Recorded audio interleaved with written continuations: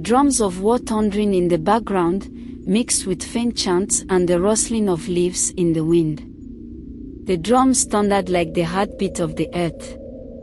In the dense shadow of the forest, they stood, silent, fearless and unyielding. The Agoji, Dahomey's fiercest defenders, poised for a battle that would change history.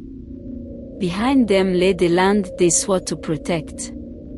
Before them loomed an enemy who thought they could not fall. This was no ordinary war, it was a fight for survival, for legacy, for freedom. A misty forest at dawn, with silhouettes of women moving silently through the trees.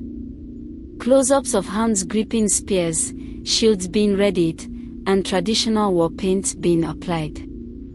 The year was 1823, and Dahomey stood on the brink of annihilation.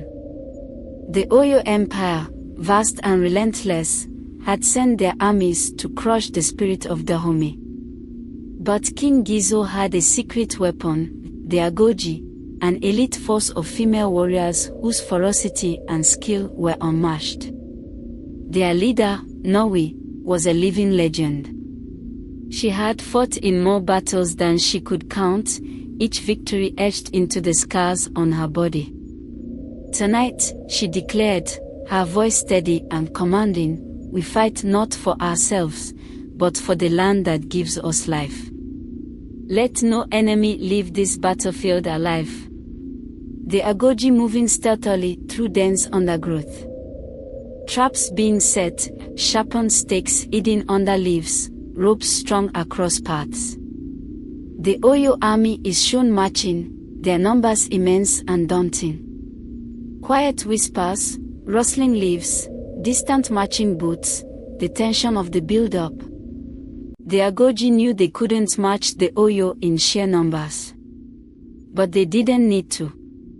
Nowi's plan was simple yet brilliant: strike fast, strike hard, vanish into the shadows. As the Oyo army marched through the forest, they fell into the Agoji's trap. A sudden explosion of noise shattered the stillness, war cries, the clash of steel, and the hiss of arrows cutting through the air. The Agoji attacked like a storm, swift and merciless. The Oyo soldiers, though armed with muskets, found themselves disoriented in the thick jungle.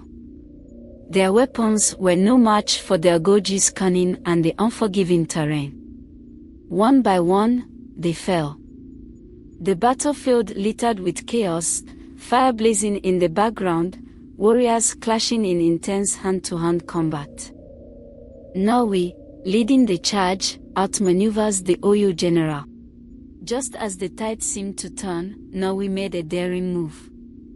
She and a small group of her warriors infiltrated the heart of the Oyo camp. Amid the chaos, Nowi faced the Oyo general, a towering figure armed with a musket and a blade. Their duel was ferocious, every strike carrying the weight of their people's hopes. With a calculated feint, Nowi disarmed the general and struck the final blow. The sight of their leader's defeat broke the Oyo army's spirit. The Agoji roared in unison, their victory cry shaking the earth itself. The Battle of Blood and Fire, as it came to be known, was the fiercest and most decisive conflict fought by the Agoji. Their victory secured Dahomey's sovereignty and cemented their place in history. The battlefield fell silent, save for the ragged breaths of the victorious. But victory came at a cost. Many Agoji had fallen, their blood mingling with the earth they had fought to protect. Nowi knelt amidst her fallen sisters, her heart heavy but her resolve unbroken. "We mourn them not with tears, but with honor," she said, her voice carrying over the battlefield. "Their spirits live in this land, in our hearts, and in our freedom." The story of that night would be told for generations, a testament to the unyielding spirit of the Agoji. To this day, their legacy endures as a symbol of courage, sacrifice, and the unbreakable bond between warriors and their homeland. The distant sound of birds chirping, the faint echo of drums, and the crackling of dying embers. The Oyo retreated, their forces shattered. Dahomey was safe, for now. But victory came at a cost. Many Agoji had fallen, their blood mingling with the soil they fought to protect. As the sun rose, Norwe stood among her sisters, her voice carrying over the battlefield. "They called us weak," she said. "But we are the storm that bends the heavens. We are Dahomey's roar." The story of that night would echo through generations, a testament to the unyielding spirit of the Agoji, the women who fought with fire in their hearts and steel in their hands.